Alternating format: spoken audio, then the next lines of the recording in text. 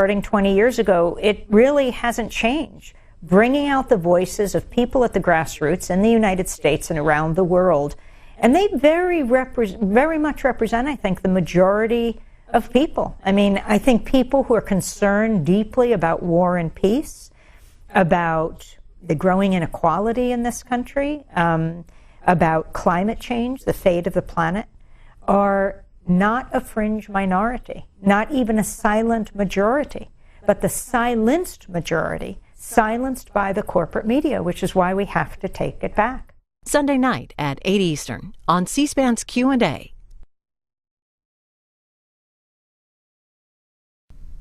Now the Church Committee 40 years later. This is American History TV, only on C-SPAN 3.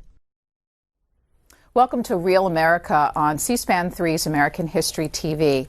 40 years ago, in the wake of Watergate, the United States Senate created a special committee to look into the activities of U.S. intelligence services. The committee had a long official title. It was the Senate Select Committee to Study Governmental Operations with respect to intelligence activities. And it quickly took on the nickname of its chairman, Frank Church, and it was best known to history as the Church Committee.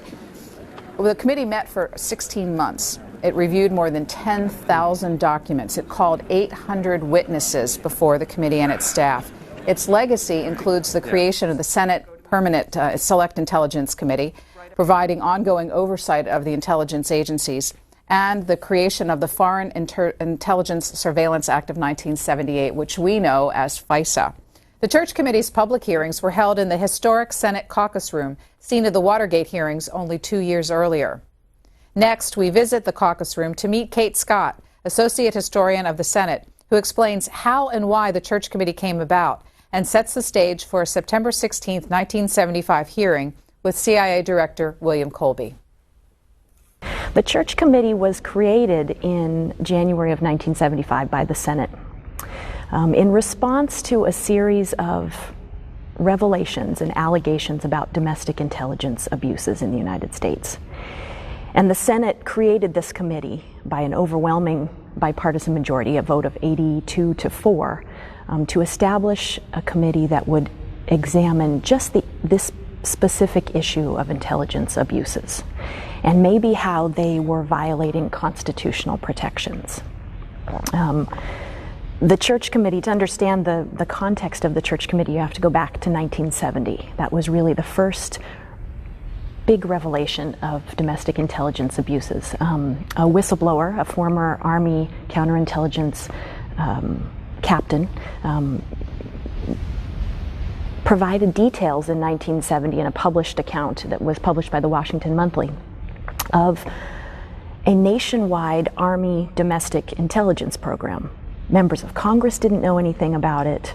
It had been secret running for about a decade, and the whole purpose was to monitor political dissent in the United States, those who voiced opposition to the U.S. domestic and foreign policies. So Senator Sam Ervin of North Carolina chaired a committee to look into those allegations in 1971. And then 2 years after that, Sam Ervin again chaired another committee, the Senate Watergate Committee, to investigate allegations of impropriety during the 1972 presidential campaign. And over the course of that investigation, there were new allegations made about the political uses of the FBI and CIA during that campaign.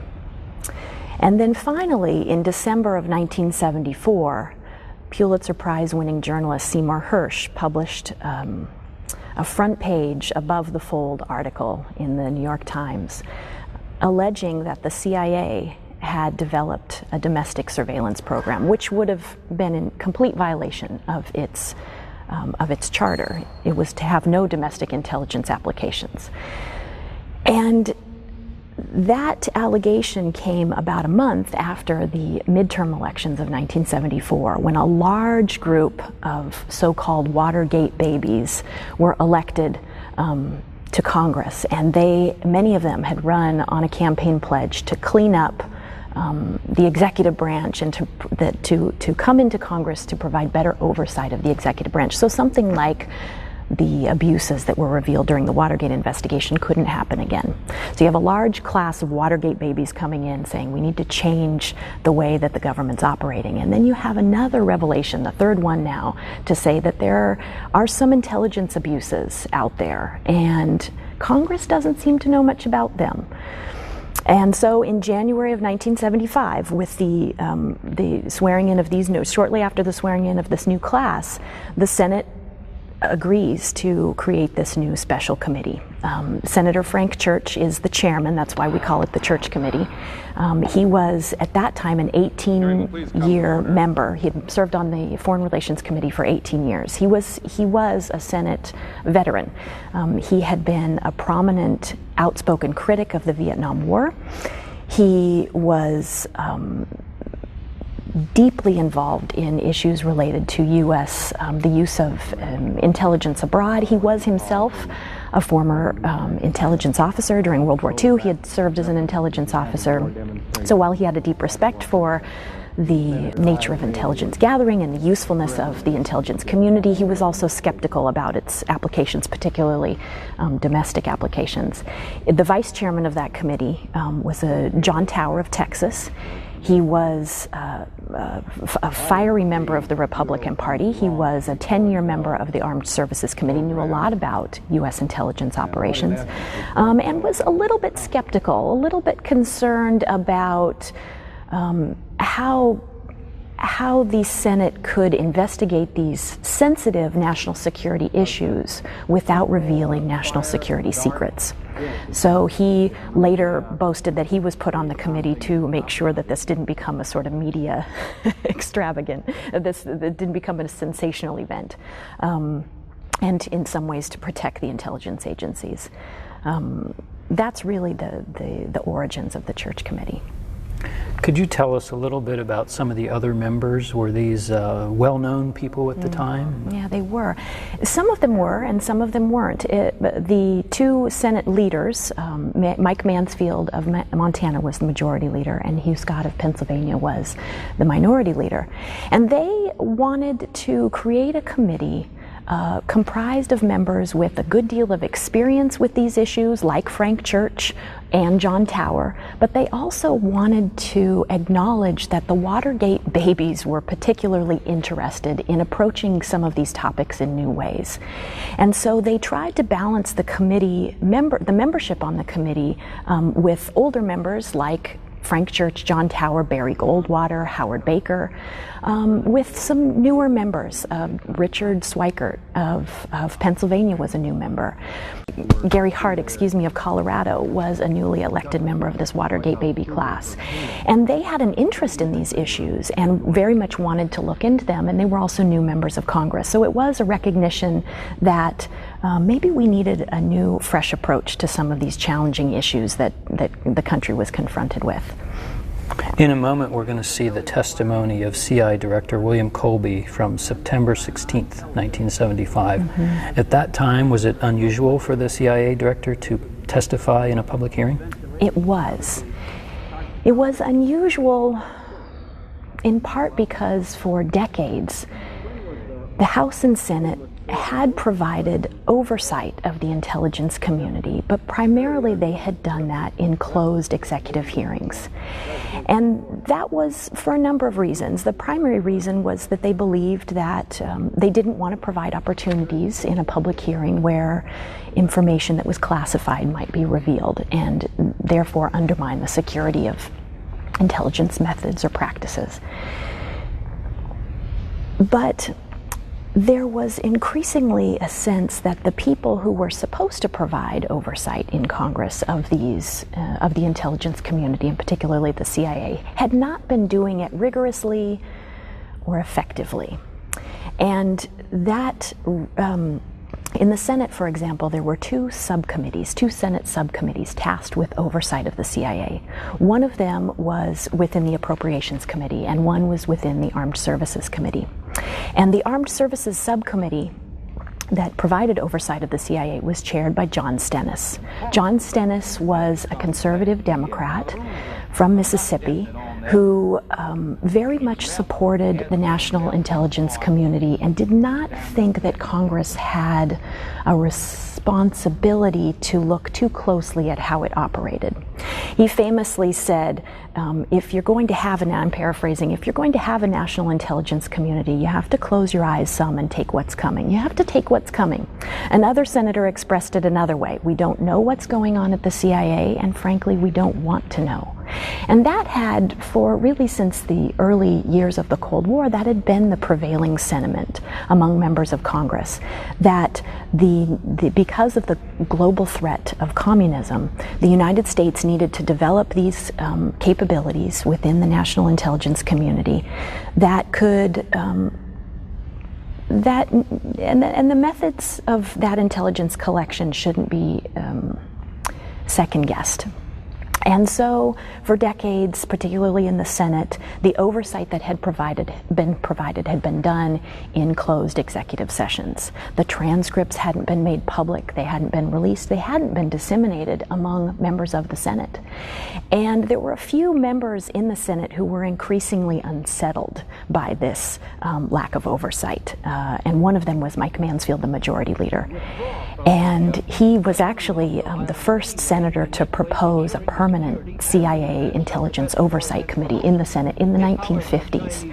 And he continued every Congress to resubmit his proposal to establish this permanent CIA intelligence oversight committee. And while he gained, at some point he had about 20 he was joined by about 20 co-sponsors to get this committee created.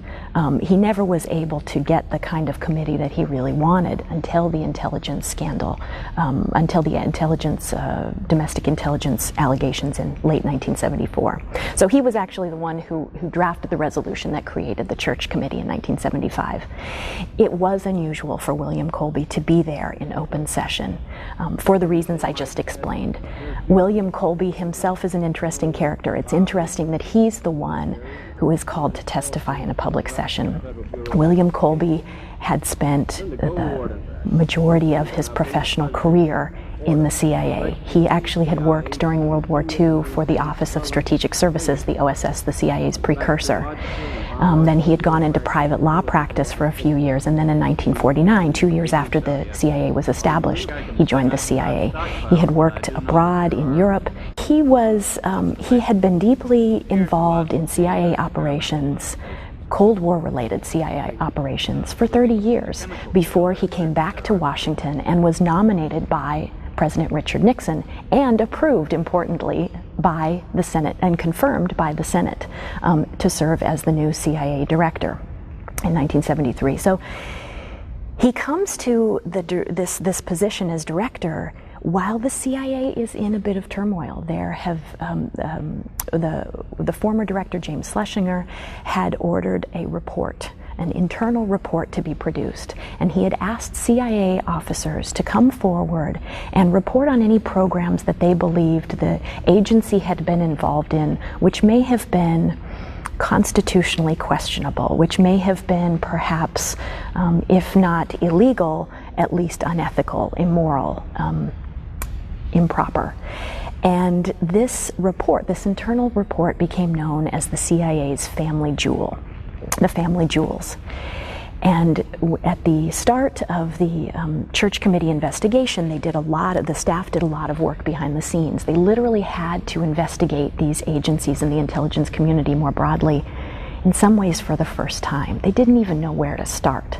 Well, luckily, fortunately for them, William Colby provided them with a copy of this internal report, The Family Jewels. And it provided them basically with a roadmap. They could begin to sort of map out what the CIA had been doing and begin to look deeply into some of these cases of improper behavior. William Colby, of course, was firmly committed to the CIA and its intelligence operations. He was concerned about some of the activity that the agency had been involved in. He was concerned about political pressure coming from the White House during the Watergate era. He wanted to ensure the strength of the CIA moving forward, and so While he faced a good deal of criticism, both from within the CIA and from outside the CIA, even from former intelligence officers, for cooperating with the Church Committee investigation, he thought that it was the best way to strengthen the agency moving forward. And I would characterize his cooperation as limited. He wanted to cooperate with them in the sense that he did provide them with some materials that they needed, but he also created a sort of liaison operation within the CIA itself to manage the relationship with the Church Committee. So the Church Committee, the staff of the Church Committee would make requests for documents that were necessary to build their story, and the CIA would push back. Well, we're not sure we have that material. Well, why do you need that material? Always asking follow-up questions, and by doing so, further delaying the Church Committee's ability to dig into these stories and sort of get the big picture. So he did receive a lot of criticism. He received a lot of criticism for working with the committee, but he did manage to restrict that cooperation in some important ways. And as you speak with the staff, the former staff, you'll recognize they'll speak about the frustration that they experienced trying to get information from the CIA. So now from September 16th, 1975, here's Paul Duke of PBS introducing about a 40-minute portion of the CIA hearing. William Colby will be testifying first, and then once that's over, we'll get some thoughts from you. Thanks. The senators seemed unimpressed. Perhaps it was because they already knew too much. Each senator arriving with a fat, orange-colored notebook crammed with classified material about the CIA, all marked top secret. After 5 months of closed-door investigation, of talking in private with intelligence agents and officials, most of the senators now agree with Chairman Frank Church that the CIA has indeed been a rogue elephant out of control. So the testimony of Colby didn't allay the suspicions. The hearings took place in the historic Senate caucus room, scene of the dramatic Watergate investigation just 2 years ago. The press was back in great numbers today, but not the public. There were, in fact, no long lines, and the seats reserved for the audience were at times only 2/3 filled. As someone said, after what has happened in this country during the past 2 years, there are no more future shocks. But whether there are shocks or not, today's open hearing did focus major attention on the way the CIA has gone about its business in the United States. The subject today concerns CIA's involvement in the development of bacteriological warfare materials with the Army's biological laboratory at Fort Detrick, CIA's retention of an amount of shellfish toxin, and CIA's use and investigation of various chemicals and drugs. The relationship between the CIA and the Army Biological Laboratory at Fort Detrick as an activity requiring further investigation surfaced in late April of this year. It resulted from information provided by a CIA officer not directly associated with the project in response to my repeated directives that all past activities which might now be considered questionable be brought to the attention of agency management. Information provided by him and by 2 other officers aware of the project indicated that the project at Fort Detrick involved the development of bacteriological warfare agents, some lethal, and associated delivery systems suitable for clandestine use. A search was made for any records or other information available on the project. This search produced information about the basic agreement between the Army and the CIA relating to the project and some limited records covering its activities from its beginning in 1952 to its termination in 1970. In the course of the investigation, CIA's laboratory storage facilities were searched, and about 11 grams, a little less than half an ounce, of shellfish toxin and 8 milligrams of cobra venom were discovered in a little-used, vaulted storeroom in an agency building. A major early requirement of the agency was to find a replacement for the standard cyanide L pill issued to agents in hazardous situations during World War II. This was the basis on which eventually we discovered the shellfish toxin. The only application of this toxin was in the U-2 flight over the USSR in May 1960, during which Gary Powers carried such a device concealed in a silver dollar. In the Powers case, the grooves of the drill were filled with shellfish toxin. He obviously did not use it and was not instructed to do so. It was offered to him to provide him with an option.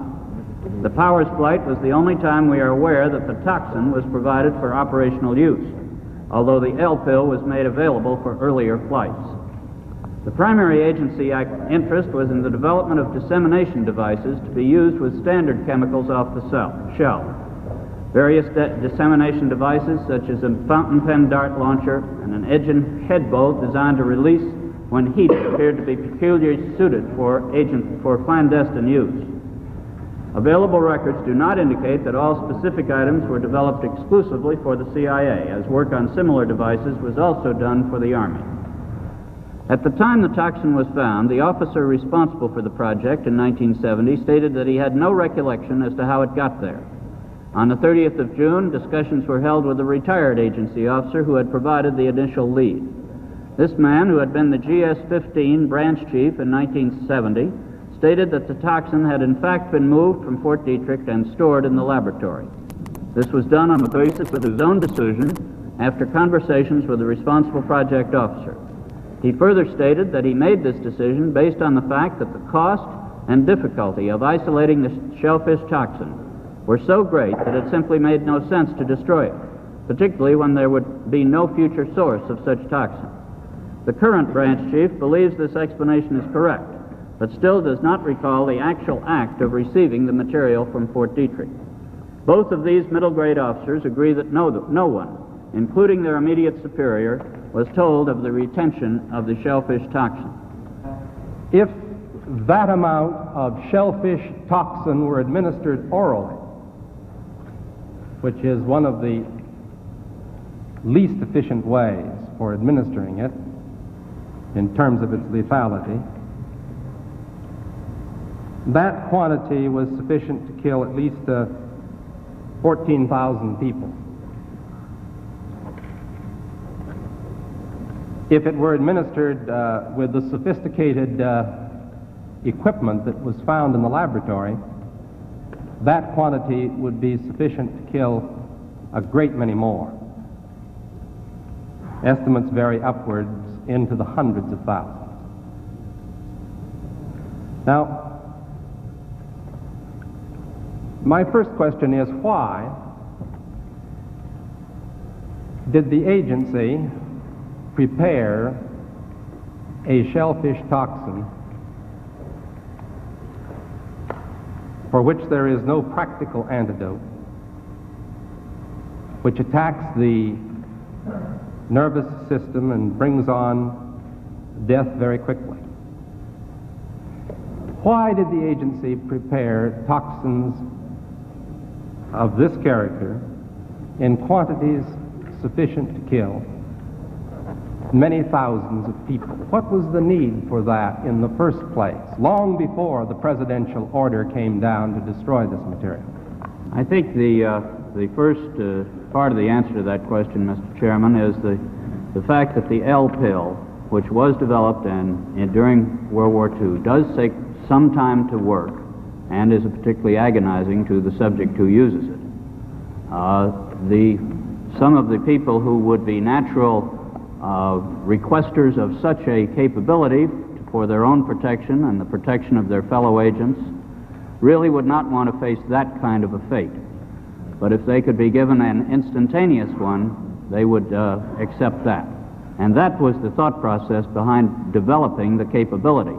Now, I cannot explain why that quantity was developed, except that this was a collaboration that we were engaged in with the United States Army, and we did develop this particular weapon, you might say, as a for possible use.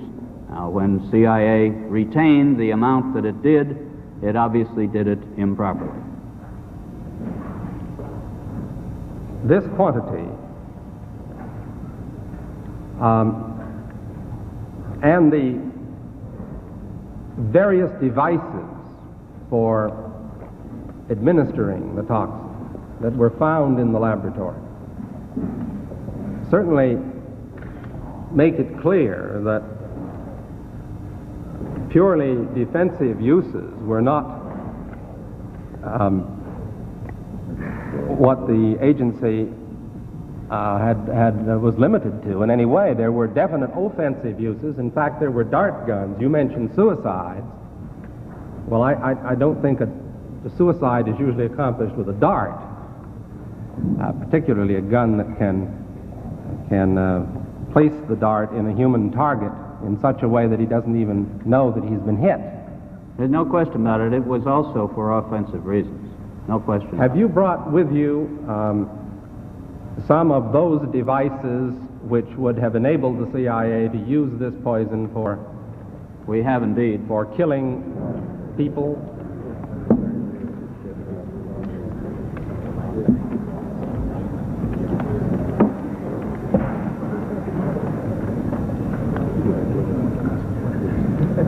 Don't point it at me.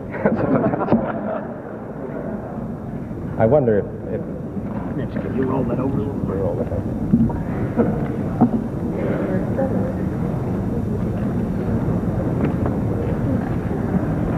Now, does this pistol fire the dart? Yes, it does, Mr. Chairman. The round thing at the top is obviously the sight. The rest of it is what is practically a normal 45, although it's special. However, it works by electricity. There's a battery in the handle, and it fires a small dart. So that when it fires silently? Almost silently, yes. Very little. What range does it have? 100 meters. 100 meters, I believe, about 100 yards, 100 meters. About 100 meters range. Right. And the dart itself, when it strikes the target, does the target know that he's been hit and about to die? That depends, Mr. Chairman, on the particular dart used. There are different kinds of these flechettes that were used in various weapon systems, and a special one was developed which potentially would be able to enter the target without perception. Without perception. Right. And did you find such darts in the library, in the laboratory? We did.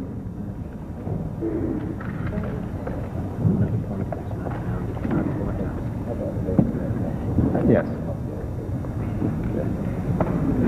Isn't it true too that the effort not only involved designing a gun that could strike a human target without knowledge of the person who'd been struck, but also the toxin itself would not appear in the autopsy? Well, there was an attempt. Or the dart? Yes, so that there was no way of perceiving that the target was hit. As a murder instrument, that's about as efficient as you can get, isn't it? It is a weapon, a very serious weapon. This record seems to disclose an additional concession, namely the lack of accountability, so that we not only have a secret agency, but we have an agency about which there's some question as to its accountability to the authority of the President or to the authority of the National Security Council. The record seems to disclose that there is no presidential or Security Council order in the first place directing the CIA to establish this program at all. Secondly, there appears to be no report by the CIA to higher authority of the existence of these toxins or biological weapons. Thirdly, there seems to be no evidence that those in charge of the CIA inquired of subordinates as to the existence of toxins or biological weapons, or that following the presidential order decreeing the destruction of such toxins, that any formal order went forth within the CIA to require their destruction. Moreover, the record seems to support the notion that it was only by chance that the leadership of the CIA became aware some years later of even the existence of these lethal toxins, which were in violation of a direct presidential order. In short, the record's a mess, and we may never know just exactly what happened. No one has interviewed Gottlieb as to why he destroyed the material or what they contained, the records. No, we have not interviewed him as to the reason. You know what documents he destroyed? We're very unsure as to the total. We do not have an inventory of them. Do you think they might have said who it was authorized the formulation or the retention of this stuff? Do you have any reason to think it might or might not contain that information?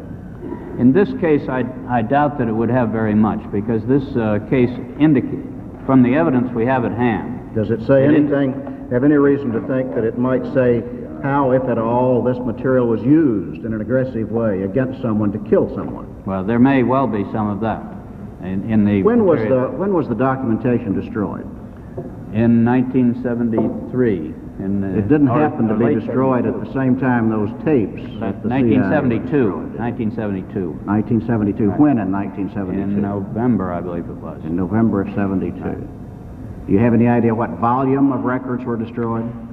I do not know. Do you know who authorized the destruction, if anyone? As I said, there was a memorandum of agreement between the director and Mr. Gottlieb at that time. And the director at that time was? Mr. Helms. Mr. Helms is here in this room, I believe, Mr. Chairman, and I take it we'll have an opportunity to hear from him Mr. today. Helms will be our witness tomorrow morning's hearings. I believe he's the lead-off witness. I won't prolong my opportunity to examine the witness much longer, Mr. Chairman. I understand we're going to try to operate under the 10-minute rule. May I ask you only this other question then in general, Mr. Colby?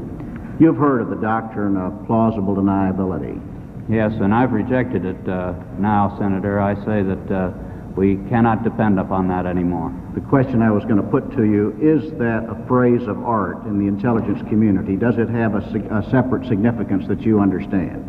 It was a rationale used in earlier years. What does it mean? If the United States could deny something and not be clearly demonstrated as having said something falsely, then the United States could do so. In the case of assassinations, in the case of any other of domestic surveillance, in the case of the formulation of poisons, under that previous rationale, would the doctrine of plausible deniability have led the agency to destroy records, to conceal evidence, or to compartmentalize to the point where it would be a committee such as this later would have been unable to establish what really happened? I think the plausible denial concept was used in the sense of international diplomatic relationships.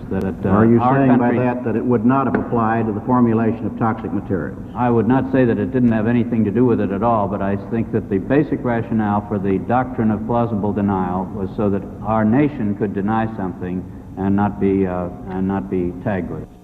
Colby, can you be absolutely sure that there aren't other vaults containing poison somewhere in this town or in this country or in our possession in some part of the world? I can't be absolutely sure, no, Senator. We obviously are conducting such investigations and have issued such orders as are possible, but I cannot be absolutely sure that some officer somewhere has not sequestered something. Could you, as concisely as possible, state for the committee your understanding of the practice of compartmentalization? Well, the compartmentation practice is merely the strict application of the need-to-know principle. If an employee in the intelligence business needs to know something in order to do his job, then he has a right to the information. But if he does not need to know that particular information, he does not have a right to the information. And if the information is one which is required for large numbers of employees, well, then large numbers of employees will be allowed to know it. If the particular activity is a very sensitive matter and only a very few employees need to know it, then it will be known to only a very few employees. We make a particular effort to keep the identities of our sources and some of our more complicated technical systems restricted very sharply to the people who actually need to work on them, and many of the rest of the people in the agency know nothing about them. Does that need-to-know principle apply in cases of sensitivity to the Director of Central Intelligence? Certainly not. It does not, with one exception.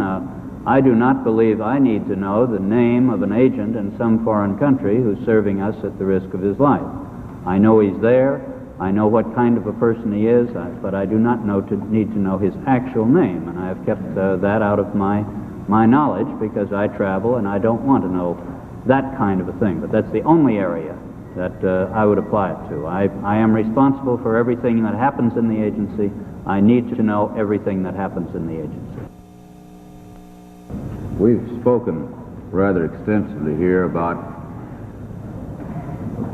apparent lack of clear lines of control and authority running downward and commensurate clear lines of responsibility and accountability running upward.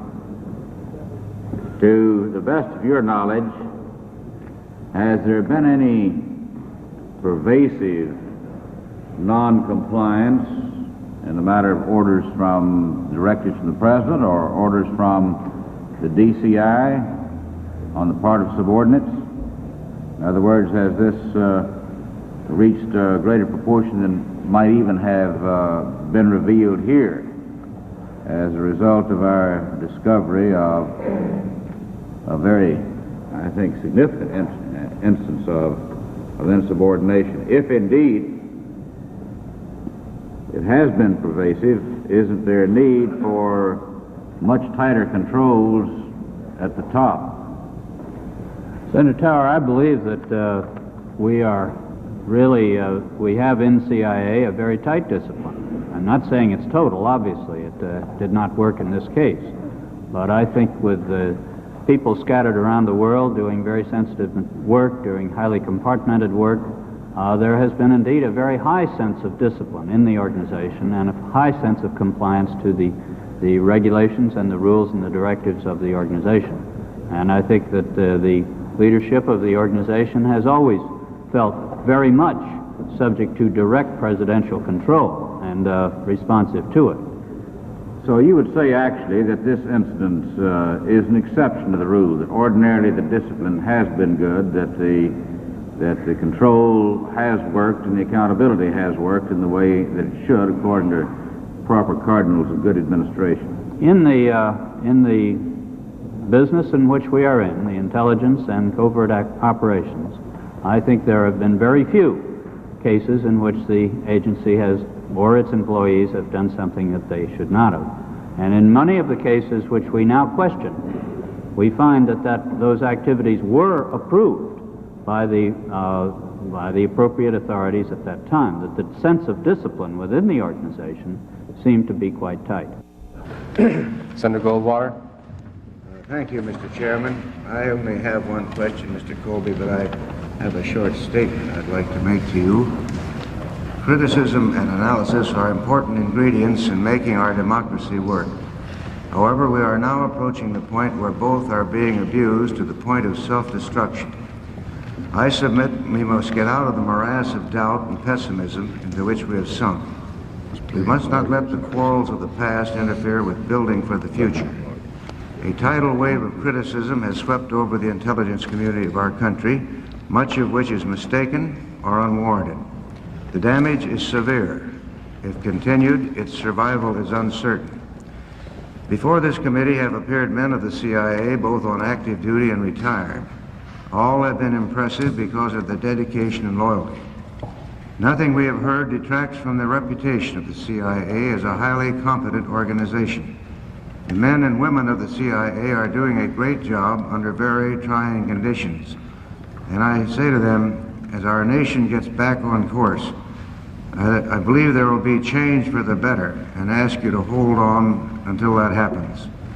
You are never more needed by this country than right now, and as one American, I'm proud of you. To those young people who may be looking for careers and who have a desire for public service, I can think of no better way to serve your nation than as an intelligence officer. Many skills are required to keep the CIA a useful and productive organization. Continuity is vital to America. Now, Mr. Colby. Senator Goldwater, if I may, on behalf of our employees, thank you for that statement. They are under a lot of pressure these days, and they will appreciate that. Well, the question I have to ask you, have other countries developed bacterial warfare ability? Oh, certainly, Senator. That is one aspect of bacteriological warfare that the President's directive in 1969 and 70 tells CIA to continue, and that is to follow the activities of other nations. That we will see the capabilities and activities of other nations in this field. And we have some officers who do follow these activities abroad, and they are quite general. There are some very dubious areas where we're just not sure of what the actual capabilities are in some respects. But we do follow it indeed, and there is extensive effort done by other nations in this line. But you are now prevented from... No, we can follow the foreign ones. There is no problem with that. But can you do anything to offset them? Well, I think the defense against those possible things is a matter for the Department of Defense, Senator. You feel you're safe in that field? Well, I think in collaboration with the Department of Defense and advising the Department of Defense of foreign developments in this area, we are giving them the basis for developing such defensive efforts as we need. Thank you. That's all I have, Mr. Chairman. Thank you, Senator Goldwater. Senator Morgan. Chairman, Mr. Colby, since this is the first public hearing of this committee, I think we should note that we feel, and I certainly feel, that the role played by the Central Intelligence Agency is a very vital one and a very important one. I think the fact that you quoted from President Kennedy, who said that quite often our failures are trumpeted and our successes go unheralded, is appropriate here. This committee has been told by witnesses that had the Central Intelligence Agency existed prior to World War II, Pearl Harbor might never have happened, or if it had happened, the loss of and deaths and property might have been much less. So I want you to know that we do recognize the role of the Central Intelligence Agency. We recognize the fact that we in this country must be able to know in advance what our potential adversaries and potential enemies may be planning so that we can cope with them. So I do think that it is important. I believe, Mr. Colby, most of the questions have been asked, except that earlier the reference was made to the presidential order, and we alluded to what was, in fact, I think, the press release concerning the presidential order. But as I read the presidential order, I find that this statement, the United States bacteriological and biological programs will be confined to research and development for defensive purposes, immunization, safety measures, etc. This does not preclude research into those offensive aspects of bacteriological, biological agents necessary to determine what defensive measures are required. Now, earlier you stated you thought it might have been the mentality of those who made the decision to keep these toxins, that they might be needed in order to develop defensive weapons. Do you think if that was their thinking, that it would be in keeping with the presidential order as I just read it to you? Well, we looked at that. I think that you might be able to make a case for that, Senator, if you were actively involved and had responsibilities for these defensive measures. But as I think the chairman pointed out, the quantities maintained by CIA are difficult to defend under that directive. What was your position with the CIA at that time, Mr. Colby? In 1970, I was on detached service. I was assigned to the Department of State in Vietnam. Then you had nothing to do with retaining these toxins? No, I had nothing. And you knew nothing about them until you made the until we discovered it this in May. I would commend you, Mr. Colby, again for taking these steps to determine what has happened. I think most men in the CIA, as well as those in the Internal Revenue Service and the Federal Bureau of Investigation, are dedicated public officials and want to do what is right. And I think your method of asking for any known violations has been helpful to this committee, and I would commend it Mr. Chairman, to the Internal Revenue Service, to the end that they might ask their field agents if they know of known violations in this area, and I would commend it also to the Director of the Federal Bureau of Investigation. Senator Goldwater mentioned, and I believe the presidential order directed the CIA to continue to maintain surveillance of the bacteriological and biological warfare capabilities of other states. You say you have done that. We do so, yes, Senator. Are you in a position to tell this committee whether or not other states, and especially potential adversaries or enemies, now have stockpiles of such toxins? I don't think I can say much about stockpiles, but I do know that there are installations which appear to us to be experimental stations of some sort. Thank you, Mr. Colby. In the chemical field, certainly there are stockpiles. We are aware of that also. Thank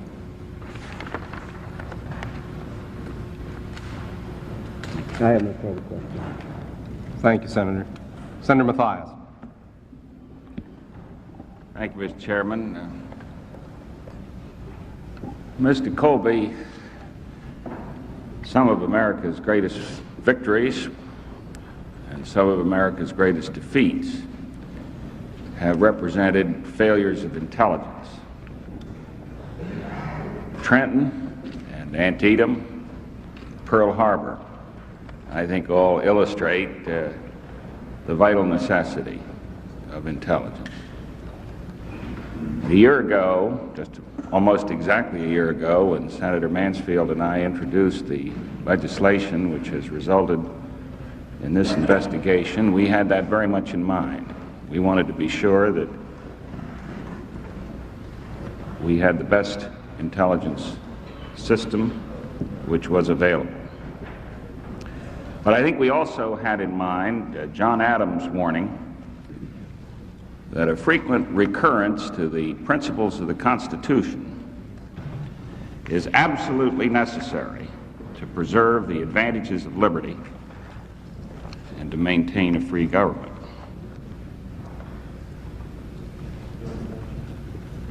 I think the discovery of this toxin raises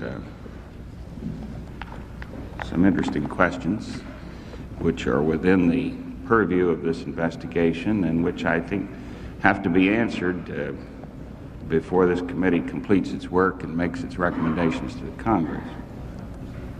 For example, I accept your statement that this toxin was never used, except in the one instance that you've described. But I then have to ask you this. If you had used the toxin, what provision of the Constitution would have afforded authority to do so? Well, I think CIA's operations are certainly overseas operations.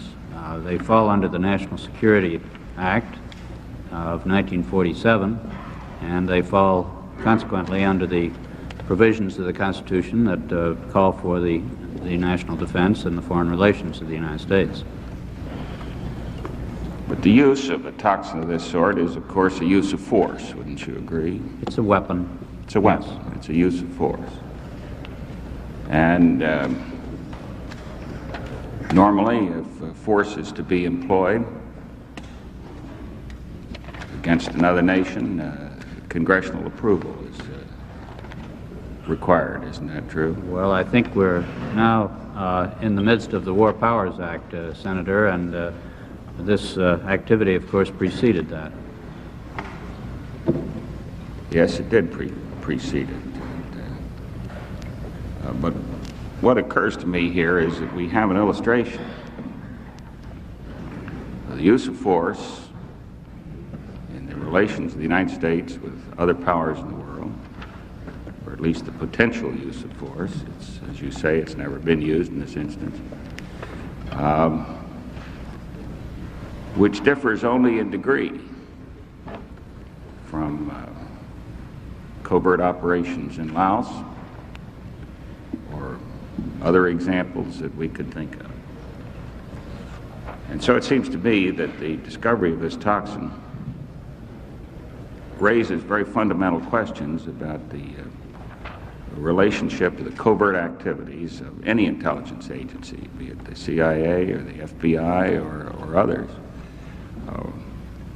with the constitutional process by which this government is conducted. And I would think, Mr. Chairman, that there is no responsibility greater upon us than to define that relationship as accurately as possible before the close of these hearings. Thank you. It is, of course, contained within the amendment to the Foreign Assistant Act passed last December, which now requires that any activity of CIA other than intelligence gathering abroad shall be found to be important to the national security by the President and shall be reported to the appropriate committees, and that includes 6 committees of the Congress at this time. This is a statutory provision which we are in compliance with. And let me say, Mr. Colby, I agree with you. Let me say that this imposes responsibilities on the Congress that I don't think we've always discharged very well.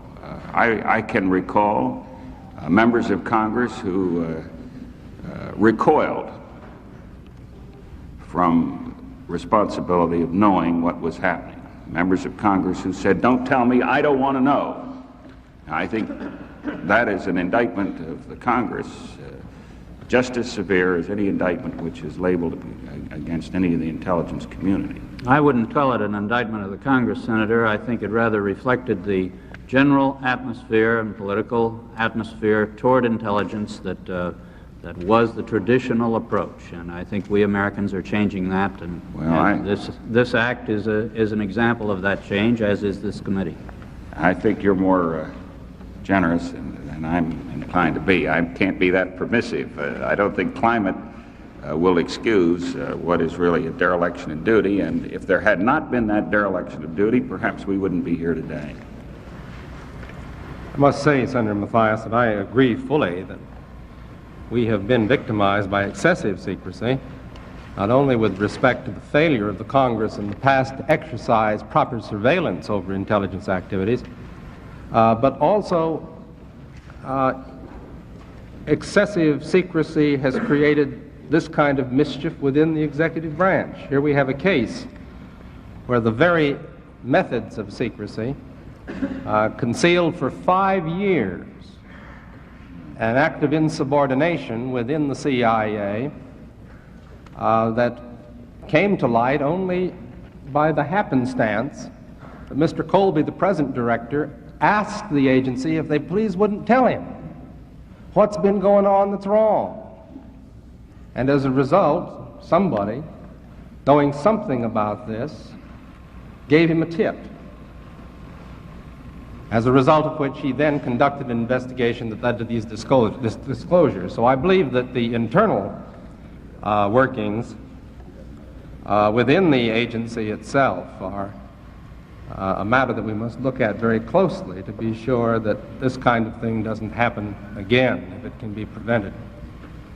Excessive secrecy may have victimized this agency as well as the Congress. The Senate hearing we've just been watching took place inside this room on September 16th, 1975. Mm-hmm. Kate Scott, at one point there was a poison dart gun passed from William Colby to the senators. There was a bit of criticism that the committee used that weapon, that it was used, people argued, as a kind of prop, and it sensationalized a very serious subject. And I always think about congressional hearings as they present a real challenge for members of Congress, because members of Congress use congressional hearings typically as a way to educate the American public about a particular set of issues that they think are important, sometimes to shape public opinion, sometimes to shape the opinion of members of Congress, and typically because they have a legislative recommendation in mind down the road, and they want to use that situation with the press involved to let the American public know what's going on. So there was some internal debate about the usefulness of that dart gun.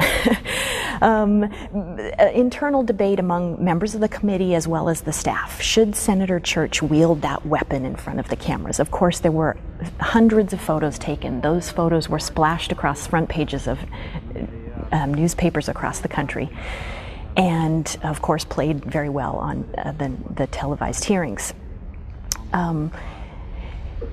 And I think that ultimately, because it was the first public hearing of the Church Committee, and the Church Committee had been investigating for months, at that point 5 or 6 months had been devoted to just uncovering some of these programs. And they were anxious, and they were getting some pressure from the media and from members of the Senate to talk about what they were finding. And so they put together this hearing, and indeed they wanted to make a splash. They wanted to get people's attention. And you can see from the hearing, you know, the caucus room is filled with press. There are photojournalists, there are TV cameras, members of the press are sitting in the back. You've got some members of the public here, although it wasn't as well attended as the Watergate hearings were in 1973. But you do have an opportunity to sort of shock the nation. This is the kind of stuff that the CIA has been involved in. Does this enhance national security? Is this the kind of program that that the intelligence community should be developing? And finally, who's overseeing this program? If it was indeed, if these toxins were meant to be disposed of, why do they still exist? In other words, who's watching the watchers? That was sort of the perennial question. And so Senator Church received a good deal of criticism for using that, for brandishing that weapon, if you will, because people thought it was sensationalizing a very serious topic. But there were others who said, look, we needed to get press attention to this issue, and more broadly to get the American public to take notice of what we were finding in order to help us achieve our legislative goals, which we saw coming down the pike. And I'm sure we'll talk about those a little later, but a congressional hearing is a moment that provides an opportunity for members of Congress to really focus national attention, and indeed using that weapon did just that. It really focused national attention on these types of programs. So to wrap up this whole issue of the Colby hearing, the first public hearing, what was the legislative result? Did they get what they wanted? Yes, well, it was limited. It was a limited success. From the very early stages of the committee investigation, there were staff who were devoted to developing what we call charter legislation. And charter legislation was really just an effort to legally define exactly what these agencies should be doing. So there was, the CIA already operated under a charter, but it had violated that charter by developing these domestic surveillance programs. And so members of the committee were focused on, well, how can we revise that charter to make the CIA more effective and to prevent it from doing these types of things in the future? And then at the same time, there was a parallel effort to establish a charter for the FBI, the Federal Bureau of Investigation. And those were always seen as important legislative goals that could come out of the Church Committee investigation. The second thing, though, is, and oftentimes this is what happens with congressional hearings, is that by shining light on an issue, it often forces the agencies under investigation to perform their own sort of internal review, and by doing so, they often will institute their own internal reforms. That's certainly what happened with the FBI. The new Attorney General, Edward Levy, came out with a series of Attorney General guidelines to help guide the FBI and prevent it from engaging in abuses in the future. The CIA was already engaging in this process before the Church Committee, as the Family Jewels report suggests. They were already reviewing their activity. I think that the CIA did not, the legislative charter for the CIA was never approved for a variety of reasons. And so the legislative portion of those, of the review of the CIA never quite reached fruition. There were, from what I understand, a number of internal reviews and internal changes that took place as a result of the Church Committee inquiry. And then later, the Congress establishes the CIA Inspector General position in order to provide consistent internal oversight of the agency. And that person, of course, the IG, has to report to Congress about what it finds, about what he or she finds to be the problems internally. Well, Kate Scott, thank you very much. Thank you.